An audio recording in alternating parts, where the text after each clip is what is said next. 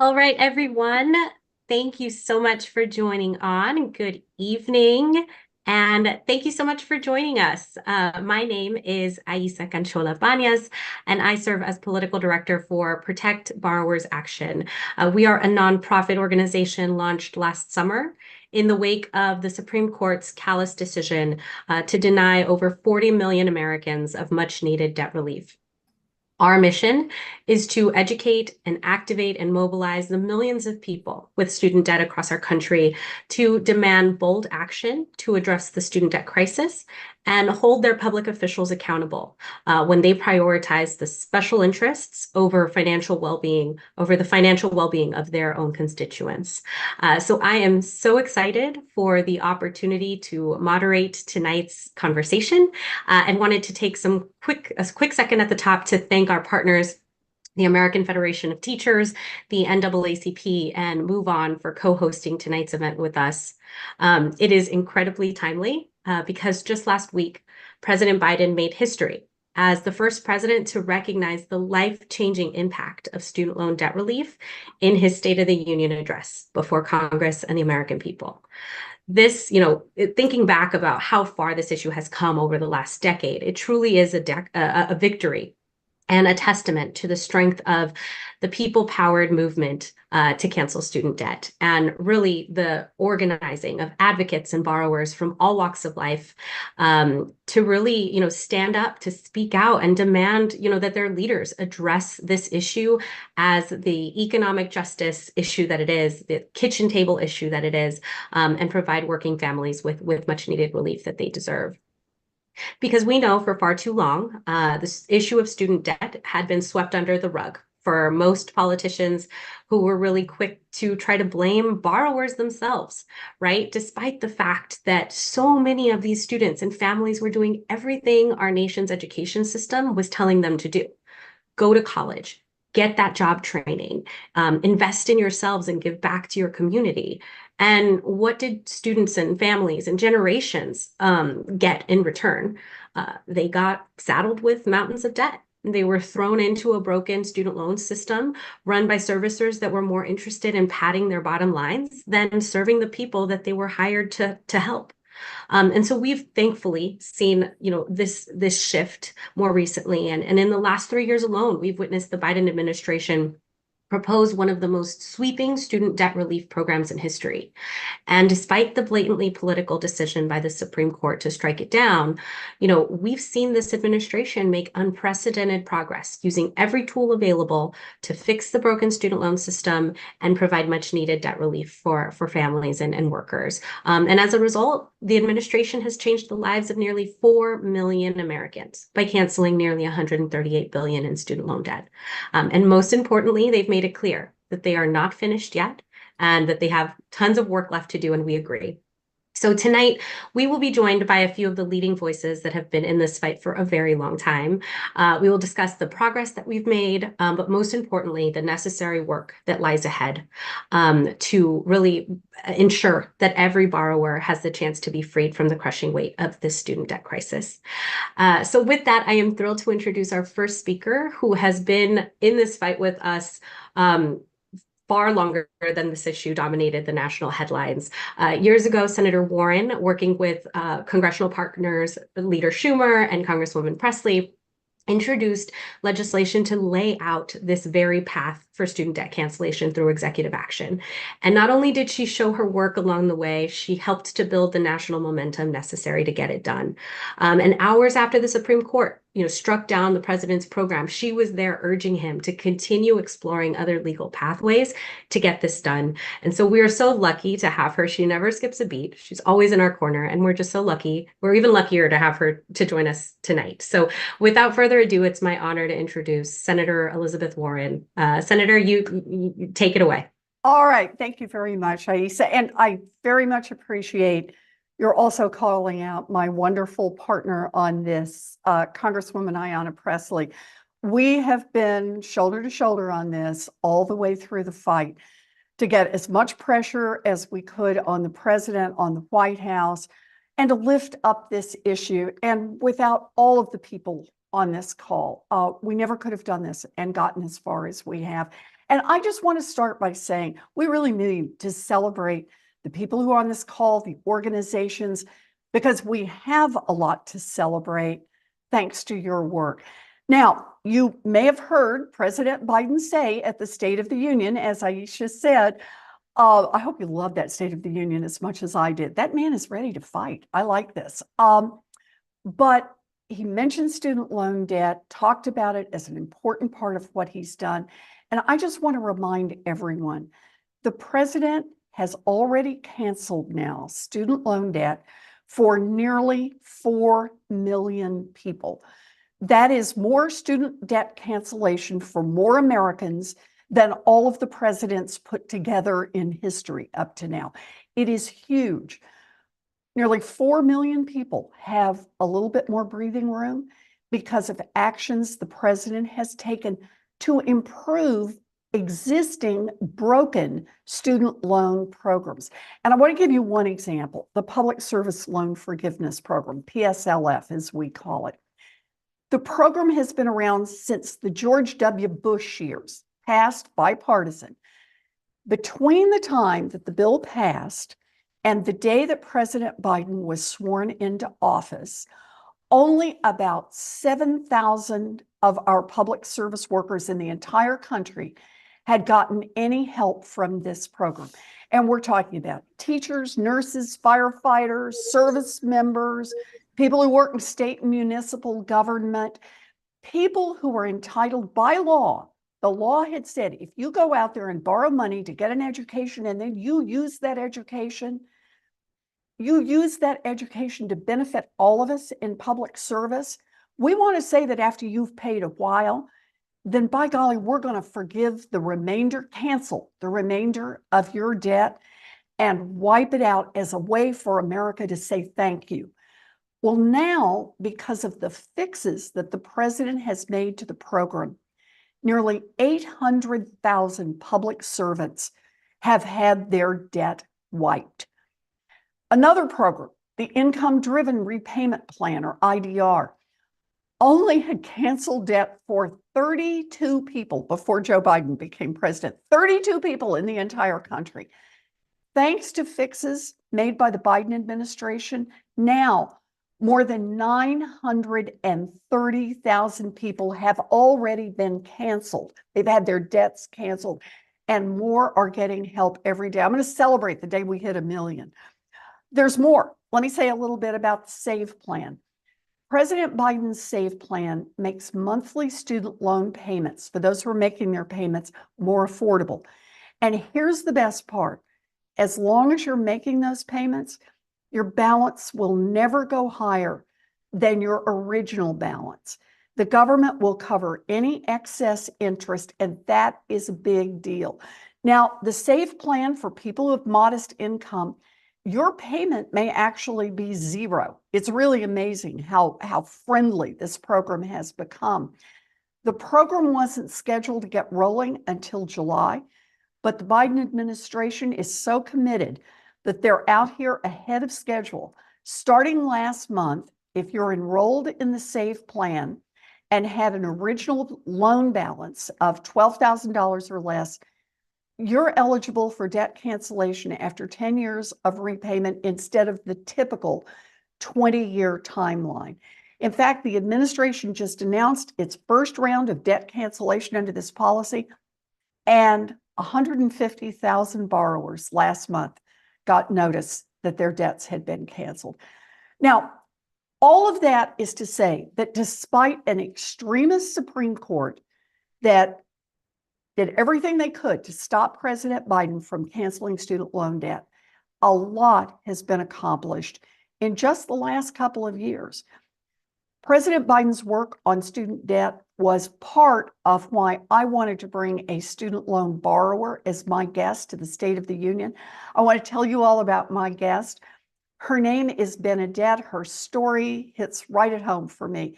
Benedette took out over $40,000 in loans to get a degree so she could become a teacher, and she did.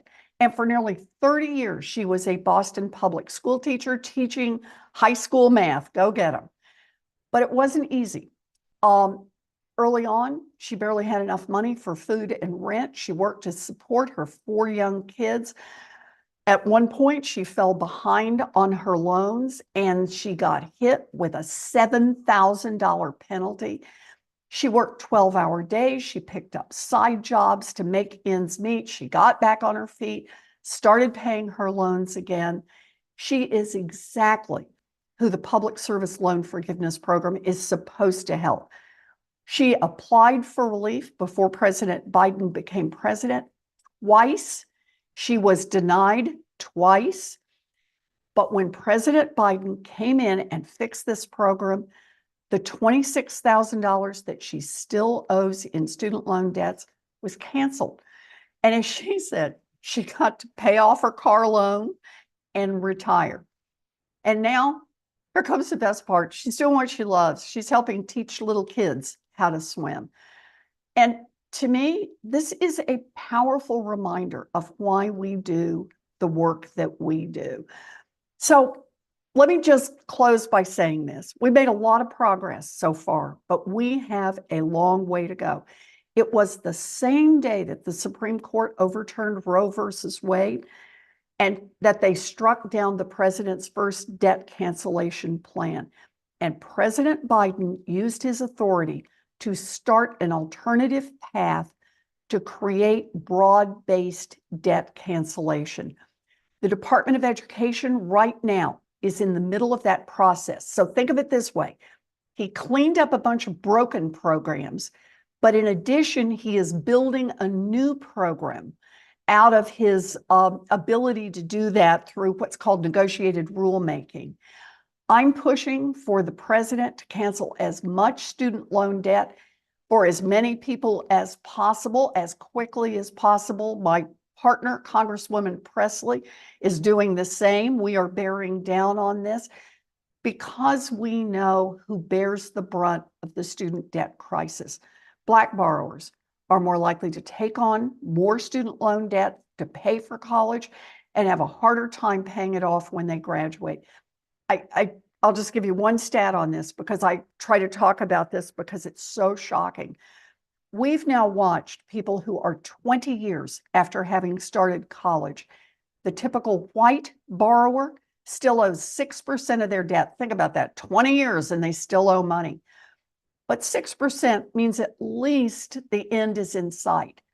The typical Black borrower, who is less likely to come from families with generational wealth, still owes 95% of their student debt on average.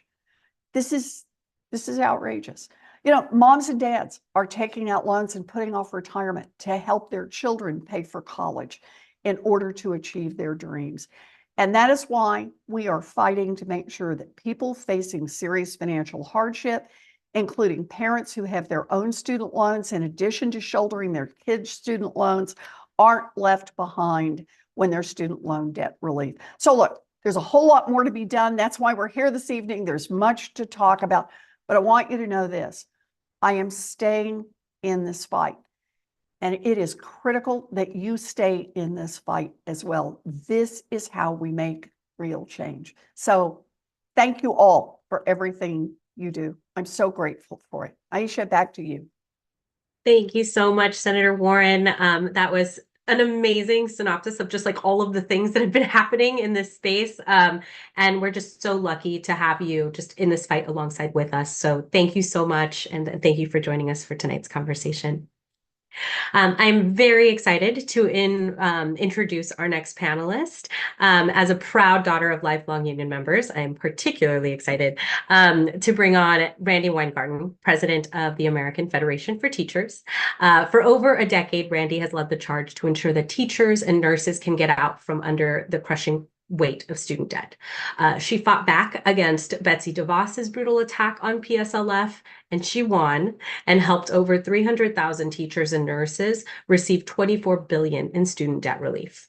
But she certainly hasn't stopped there and continues to shed light on the unique ways that student debt really threatens the financial stability of working families across the country. So Randi, thank you so much for joining us today and for your leadership. We are just incredibly excited to have you. How are you doing tonight? And good, Aisha. How are you? Look, Oh, I feel like the band is back in yes. terms of this.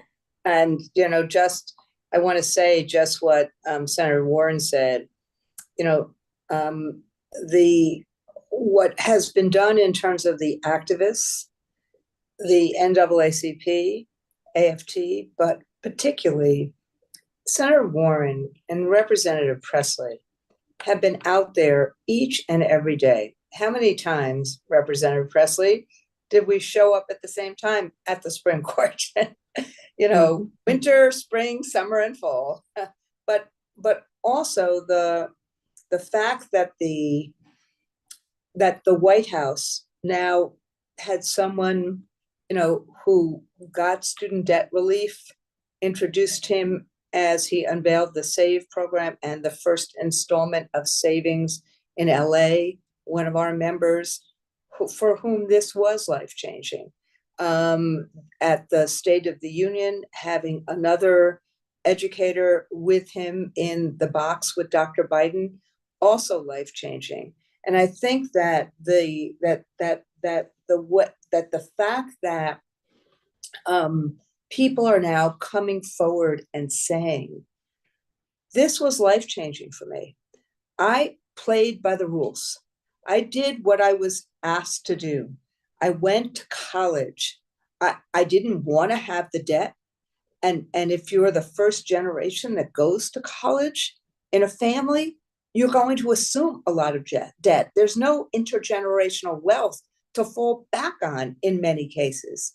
And then you have this huge debt, as Senator Warren just said, and so incredibly unfair. And it shows the inequities in our system. But then when you get to public service loan forgiveness or income-driven replacement or all the stuff that we were supposed to do in terms of Pell but didn't work, but so that you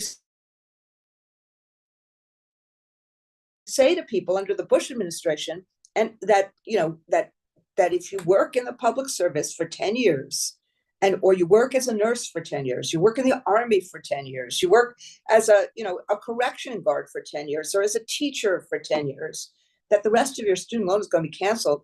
And then when you get to the first 10 years, it's Betsy DeVos is the Secretary of Education, and less than 2% of the people who are entitled to get it. It's not so hard to figure out.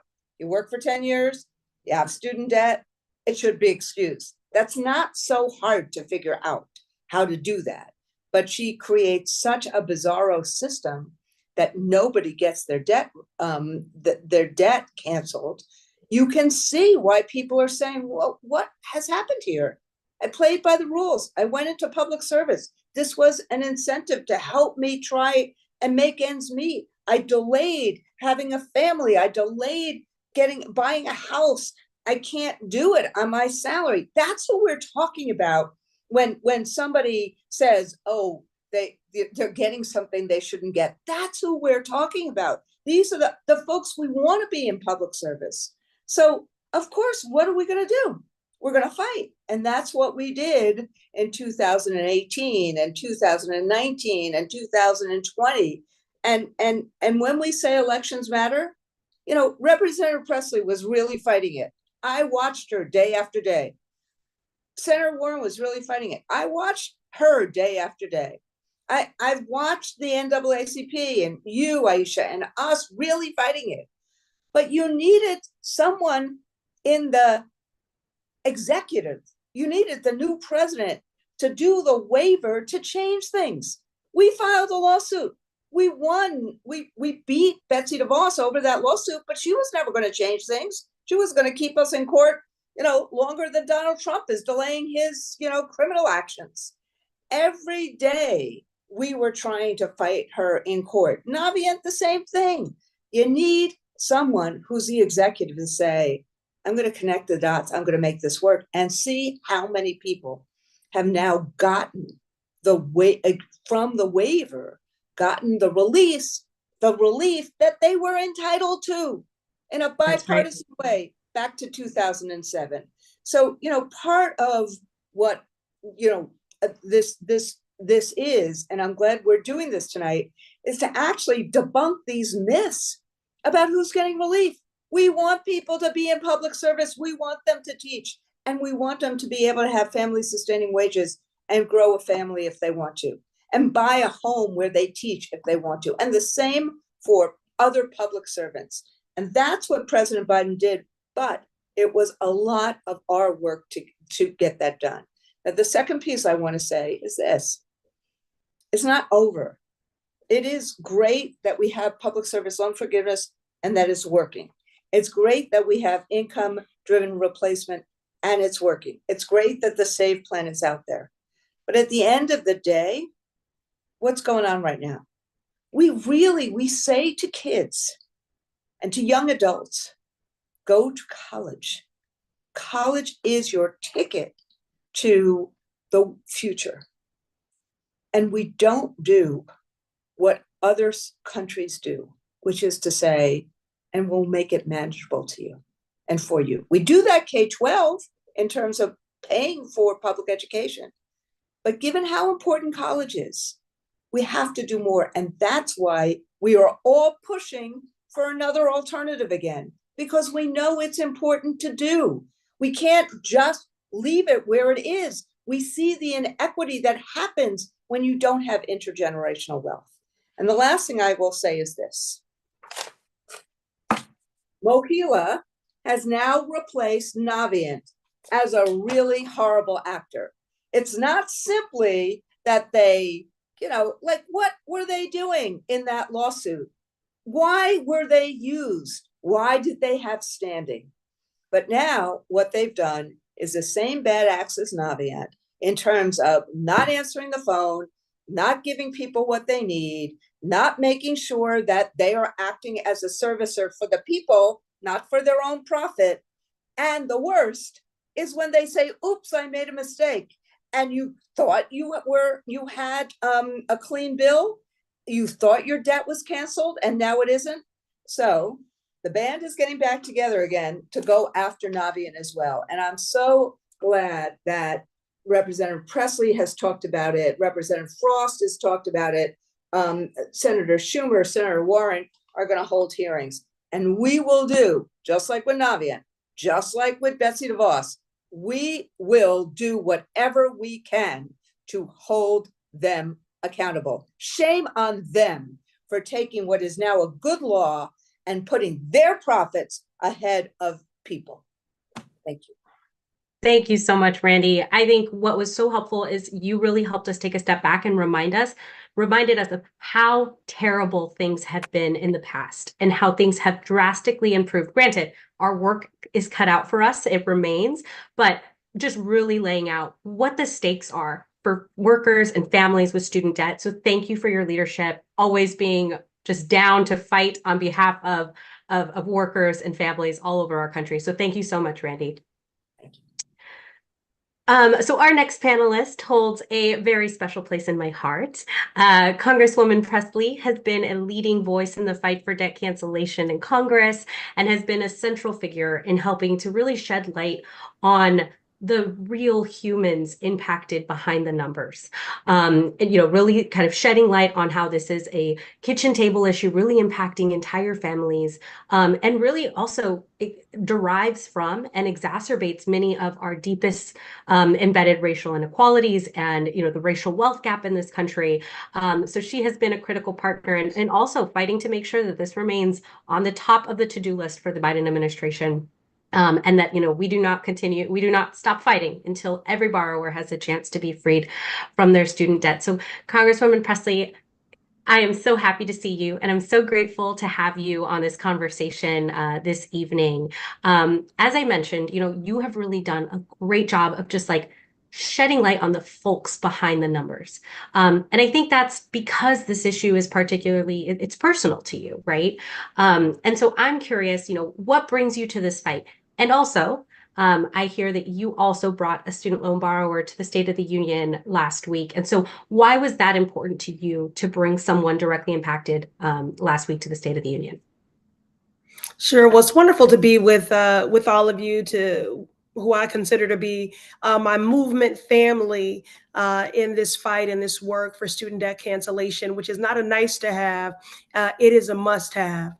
And what brings me to this issue is that my story is not a unique one. I'm not an anomaly. It is a systemic one, specifically for many Black borrowers, for many Black women who are disproportionately impacted by this debt. Now, I was saddled with a mountain of debt without a credential to show for it. That's true for many borrowers. You know, life got in the way. And in the meantime, I defaulted on those loans. I did ultimately pay them back, but it took me well over 20 years. And in that time, I felt tremendous shame. I felt tremendous burden. My credit score was impacted. And so it was not easy. And so I know intimately, again, the psychological toll, the burden and the shame, and the ways in which it puts really a ceiling on your aspirations for yourself, for your family, because this debt has you in a chokehold. And I personally never call it forgiveness because borrowers, to your point, Aisa, they've done nothing wrong. If we really live in a meritocracy, and education is life's great equalizer, we have to put it in closer reach to people where pursuing a higher education opens doors, not mountains of debt. And so for the State of the Union, I brought an amazing educator, Priscilla, first generation Colombian, 2 degrees, an incredible ESL educator, very dedicated to her students, who had amassed $117,000 in student loan debt. And thankfully, finally, because of the fixes to the Public Service Loan Forgiveness Program by the Biden administration, a program that had been just weighted down and ineffective and undermined by bureaucratic red tape. Because of those fixes, her debt is now gone. It was canceled. And it has been so freeing. And many of those limitations that she was putting on herself and for her family and for her children, now she can actually save for their education. So, you know, she really sat at the intersection of so many of these issues as an educator, as a parent, and as a borrower. And one of the other things that I really appreciated about Priscilla's story is when it shows the power of this policy, but also why we have to keep the fight up because this is transformational, deeply consequential when you cancel this debt. And she also, as an educator of color, reminded us that this is essential for retention of our educators and of our educators of color in particular. So this is essential to supporting our babies, building stronger communities. And so while we work to raise pay for our educators, providing them with relief in the form of student debt cancellation is critical. And it's the very least that we can do. They've taken on this debt to teach our babies and shouldn't be struggling to take care of their own. That is spot on, like the perfect mic drop moment, because it is 100% true. You know, Congresswoman, the fact that debt relief even made it into the handful of policy areas that the president chose to highlight in the State of the Union really is a testament to organizing of everyday people. You know, why is this important? Why is that even a thing to recognize and to actually see as a win? I'm so glad that we keep talking about wins, because I think a lot of times in movement work, you're not taking stock of those because you're still focused on digging deep for the work that remains. But it is important that we take stock of these victories. As you started in your opening statement, Aisa, an issue that was really people tried to fringe and marginalize and say that it would be regressive in impact, and they didn't tell a full and accurate story about the face of this crisis, question whether or not the president had authority, that, you know, we have been able to mainstream this issue and to see major relief for 4 million borrowers through this targeted relief while we continue the fight and the work of broad-based student debt cancellation. So why did it matter that the president said this in the State of the Union? One, it's a win. It's a credit and a testament to the movement, which is strong and continues to grow. Presidential intent is a very powerful thing. And that is what happens in a State of the Union. It's a setting down of a marker. It's indicative of a prioritization and more work to come. And the fact that one of the guests was a borrower. I mean, what, again, an incredible testament to the strength of this movement, but also why we have got to keep this work up. So the administration cannot and must not stop until every struggling borrower is given the chance to experience the same economic relief, the same economic freedom. But again, know that organized power is realized power. And so we will keep organizing. Thank you so much, Congresswoman. You just always fill every virtual room, every room with just so much light and possibility and hope. And so we are just so grateful to have you in this fight alongside us. So thank you so much. Thank you. Thank you so much for your leadership, Aissa. Thank you to all of our coalition and movement partners. Appreciate you. Onward. Thank you, Congresswoman. So I am very excited to introduce our next panelist joining us. He has been setting records since first being elected to Congress as the first Gen Z member ever to serve in the House of Representatives and one of the youngest Afro-Latinos to serve in Congress. He has stood shoulder to shoulder, with us from the steps of the Supreme Court to the floor of the House of Representatives, really fighting to make sure that government works for the people and not the special interests that have really had their way for far too long. So welcome to the conversation, Representative Frost. Thank you so much for joining us this evening. Can you hear me okay? Yes, I can. Thank you so much for having me on. Of course, of course. Thank you so much. So, as one of the youngest voices in Congress, you really understand firsthand the urgency of, taking bold action to cancel student debt, not just for those who have really spent decades in their field or, been stuck in repayment for far too long. Granted, that work is very important, but for young people who really see this debt as just choking at their potential and at their future.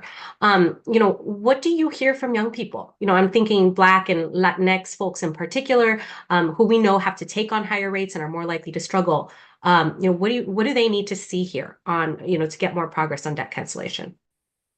Yeah, well, and first off, thank you so much for having me. And thanks to all of our brothers, sisters, and siblings on the call and everybody on the front lines fighting for this racial justice issue, for this pro-humanity issue, for this pro-people issue that we've seen so many wins on over the past even just year.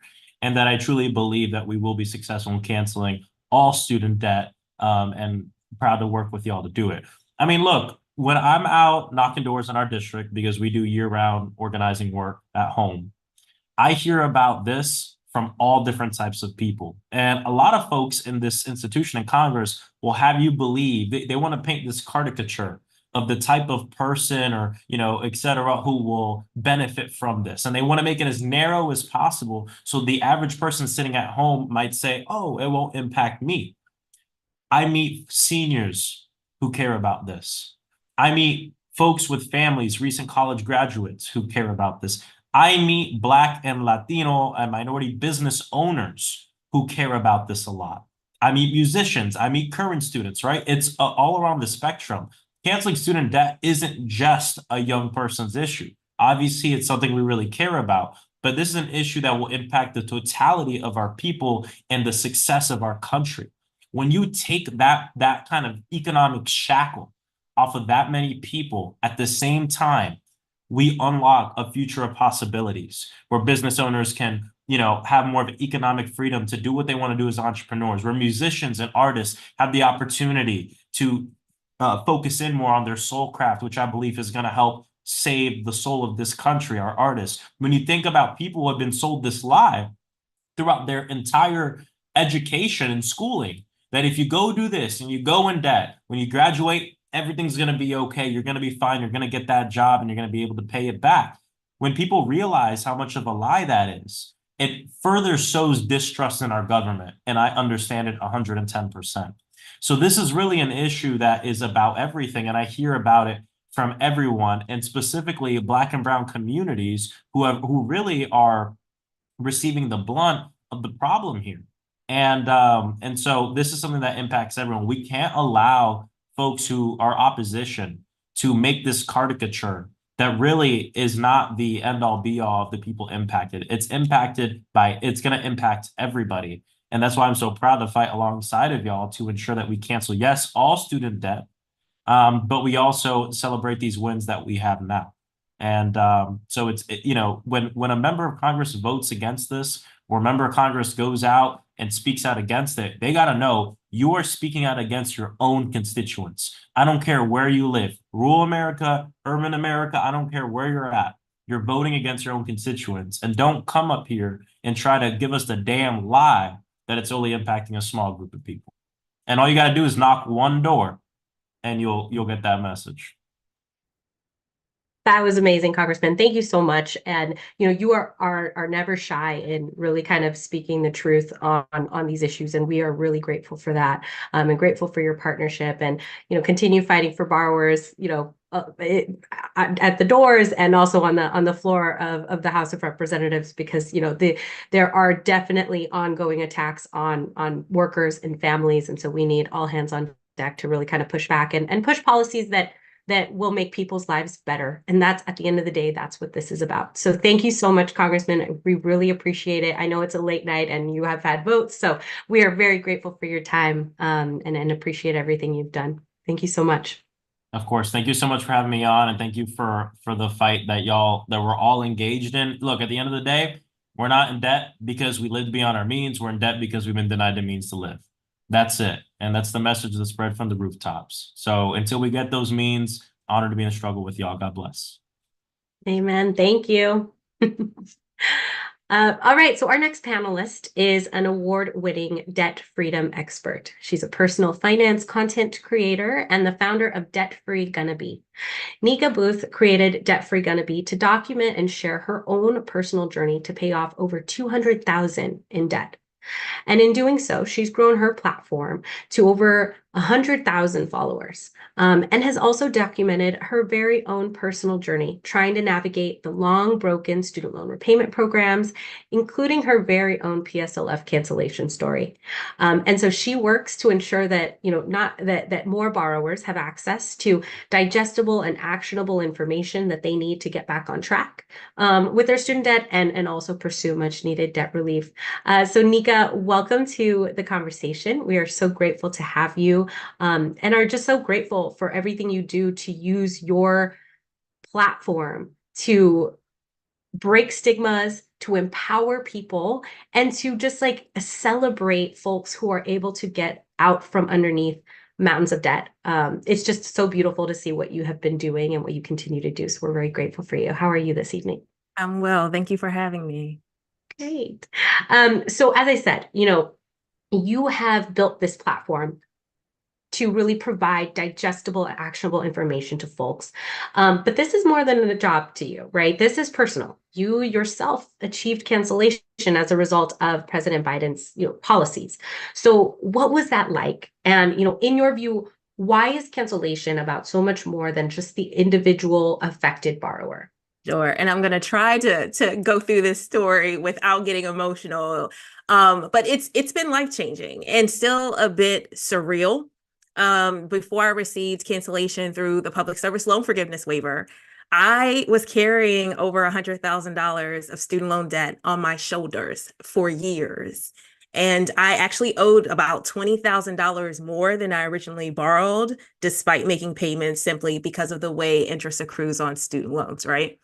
In fact, before the COVID payment pause, my payments were $850 a month. And $25 of interest accrued on my loans every single day.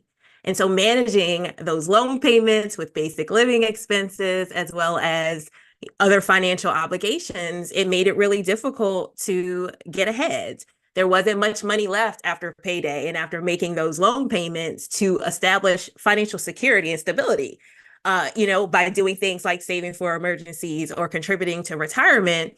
And so one missed paycheck or an unexpected expense actually meant financial catastrophe.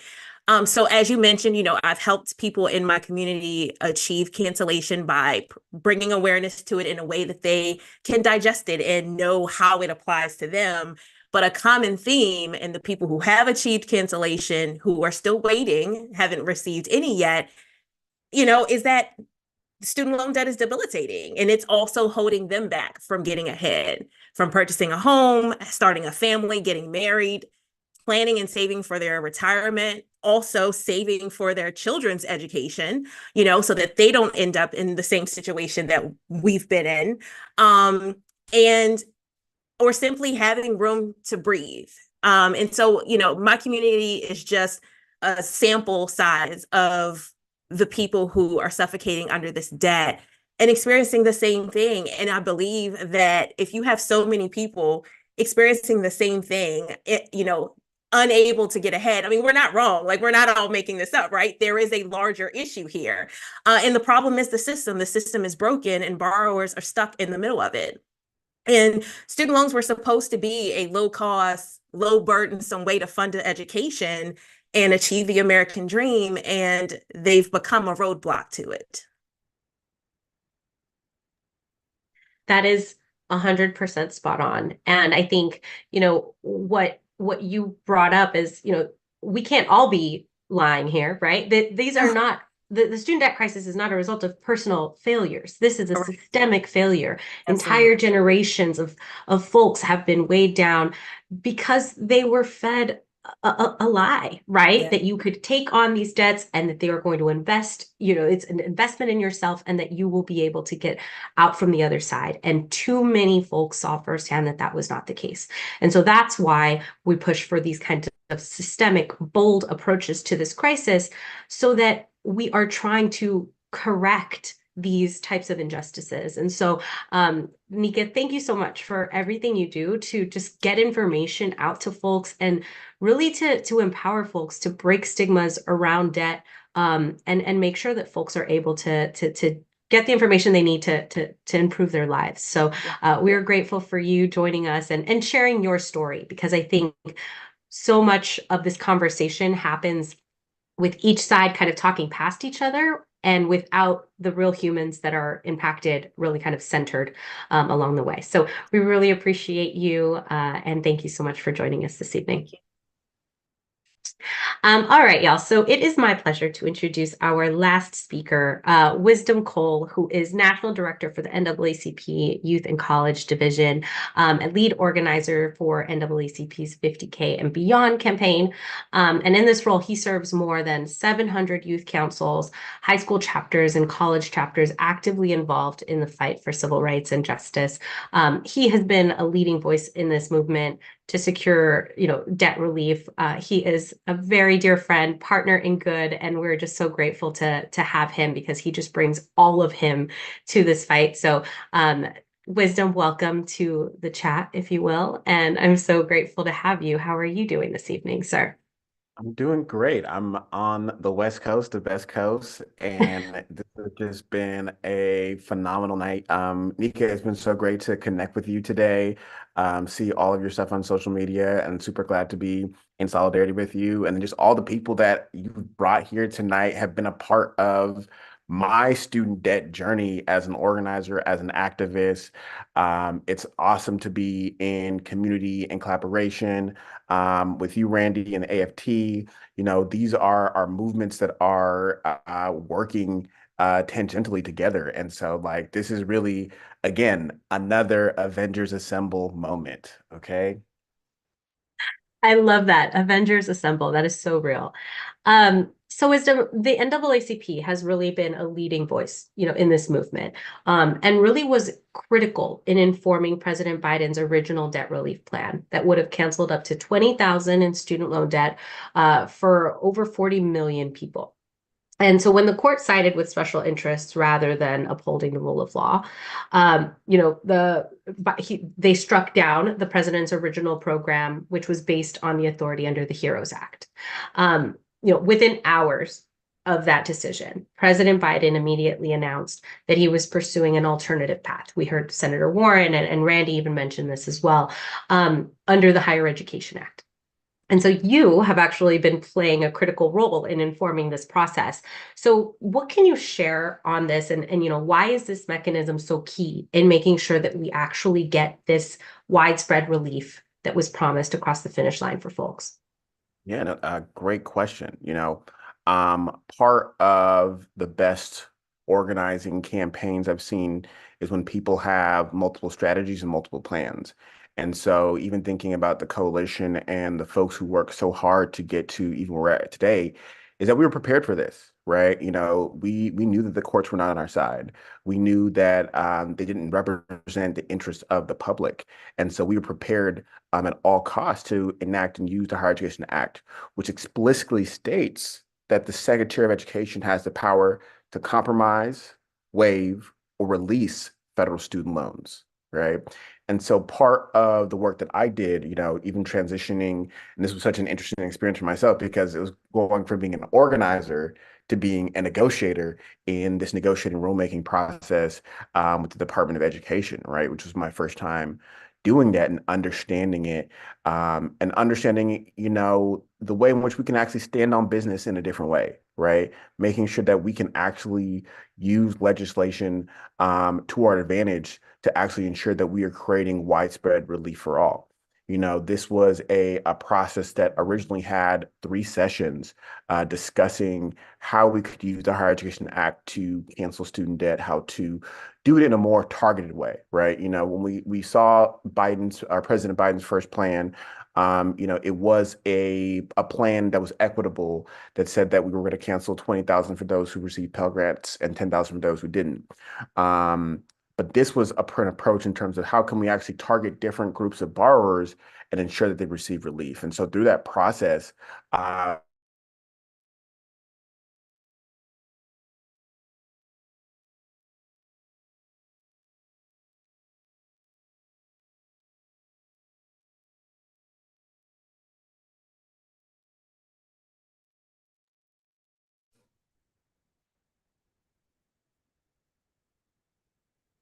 I think Wisdom got frozen. I couldn't tell if I was frozen or not. No, I think you and I are not frozen, but he'll come back on. Yeah, He's I'm been going to doing turn off great. my camera just in case. Yeah. Yeah. We are going to give Wisdom a second to see if his internet comes through for him. Wiz, if you can hear me, you are frozen and your camera turned off, and we lost him. All right. Thank you for bearing with us, y'all. Technology, this is classic my luck. But if I can kind of finish some of the thoughts that Wisdom was presenting, and he's back. Hello, sir. my apologies for that. Technology always keeps us on our Um, toes. Go ahead. I know it does, it keeps us moving. But where I was at was talking about this last session about hardship. We fought, we organized for it. Originally, they were not going to give it to us, but through organizing letters with coalition partners, with members of Congress, with fellow negotiators, we were able to say, hey, we need to make sure that we discuss financial hardship because this is the area where we actually could see the broadest amount of student debt cancellation. And so part of that process was determining what does financial hardship actually mean? How do we define that for those who receive Pell Grants? How do we define that for those who are facing childcare costs? How do we define that for folks who are declaring bankruptcy? And how are we defining that for folks who are likely to default on their loans? This was such a critical process to ensure that those who were most in need actually received that cancellation. And so part of what folks should be seeing is that this fight is far from over. The more that we've been able to organize, the more that we've been able to come together, the more and more debt cancellation we have seen, right? Us continuing to tell our stories, us continuing to show up, us continuing, again, to stand on business and say that this is the time to cancel student debt. We're able to see the necessary changes. That is so right. And I think, so much of this process can get lost in like government bureaucratic process, right? But like the things to take away from this is that the Biden administration listened to us. They had a plan in place should the court strike this down, and that plan has been underway. We have negotiators like Wisdom fighting for a final proposal to be as generous and as effective as possible so that as many folks across all walks of life might be able to kind of get that chance for debt relief that was promised to them. Wisdom, I wonder if you can share with us, why is this Plan B, as we've called it, so frequently? Why is this so critical, particularly when it comes to like delivering on that promise that President Biden made, last summer?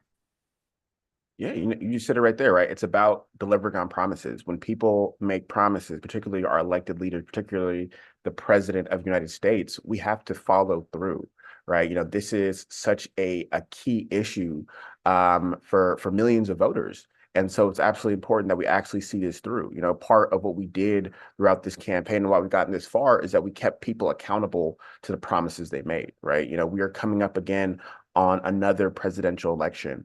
And no longer are we accepting people coming into our communities 2-3 weeks before an election, promising this, promising that.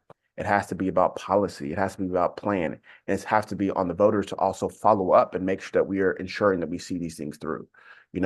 Student debt cancellation is great for our economy. It's an opportunity for economic relief and recovery. We have been through a global pandemic and are still going through and facing many symptoms of this pandemic. And so it's important that we are able to see a stimulus for all of us. This is an opportunity to also redefine the cost and value of higher education.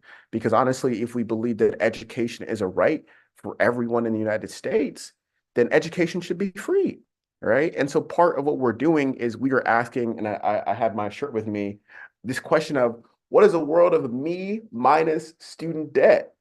We were asking this question over and over again and challenging everybody to reimagine what a world could look like without student debt. And I think what that allows us to do, particularly for young voters, is see an opportunity for a future with them in it, right? Because right now it's about a time for a new deal for youth where young people can see economic opportunities everywhere in this country for them to be a part of.